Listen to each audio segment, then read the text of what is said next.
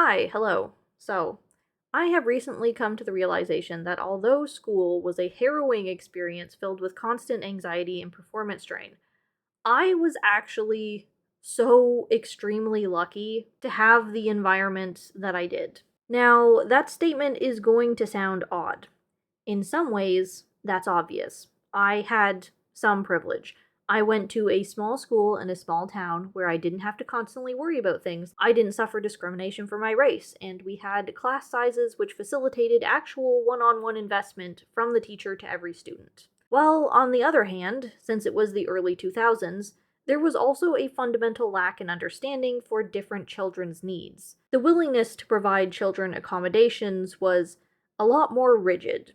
They expected every child to fit into the mold of what was considered a perfect student, and deviation from that was just considered bad behavior, and teachers would quickly label kids as lost causes, if they weren't bad enough to be formally diagnosed and given to the special needs classes. I personally put a lot of effort into being that perfect student. I took comfort in knowing I was doing things right, how the adults wanted, but at the same time, having any allowance to admit that I struggled so much with group projects or presentations would have taken a huge load off of my system.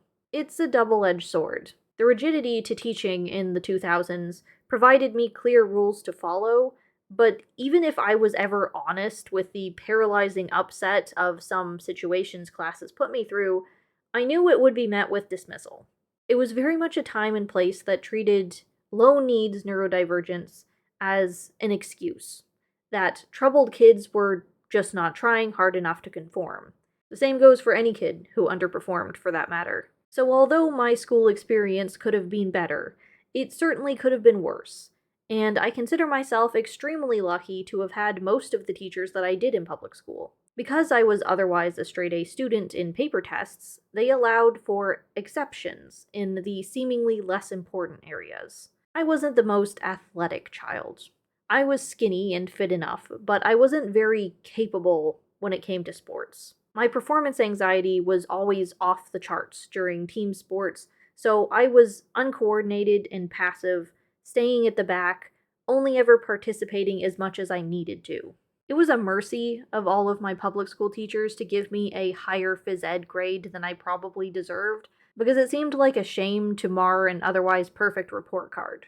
The same went for class participation, answering questions. My teachers knew that I knew the material because my tests showed as much. So I formed an unspoken agreement with most of them that they would not randomly call on me to answer so long as I did offer to answer at least a couple times a day, and they would choose me whenever I happened to raise my hand. And thank God for that. I am so lucky in that regard because, oh my word, when I sat through a first aid course my friend was planning and practicing on me recently, I was confronted with the truth. I am only a good student on paper.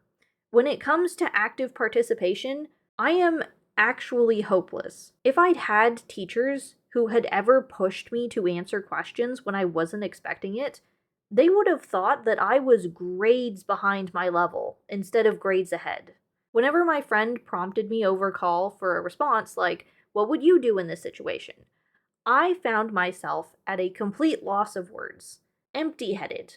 And I know that's a fundamental fault of mine because she'd structured the course so carefully to be recursive, continuously building on previous knowledge as we go, so I would theoretically always have the answer. We were practicing to have the right answer. Now, there were several elements to the whole thing that were pulling my attention too many ways.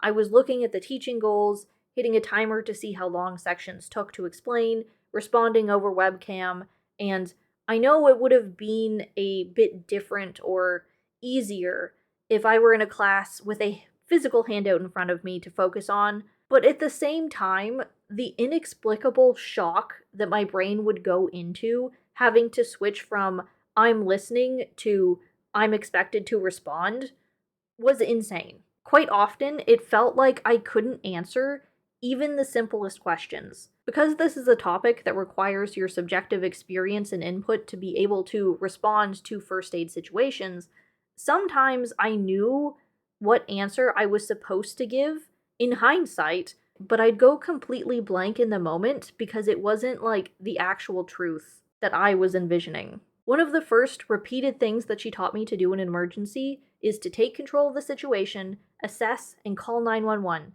And my brain refused to provide that because realistically, that's not how I see situations playing out. Although phones have emergency calling, my phone plan doesn't have calling generally, so it's so off the table on a regular basis that I don't even think of it as an option. If the scenario involved any other people present, I'm not taking the lead. I know I'd hang back and see what someone more confident does instead. I'm the person who runs off to get the defibrillator, not the person instructing people and performing that task with a crowd of eyes on me.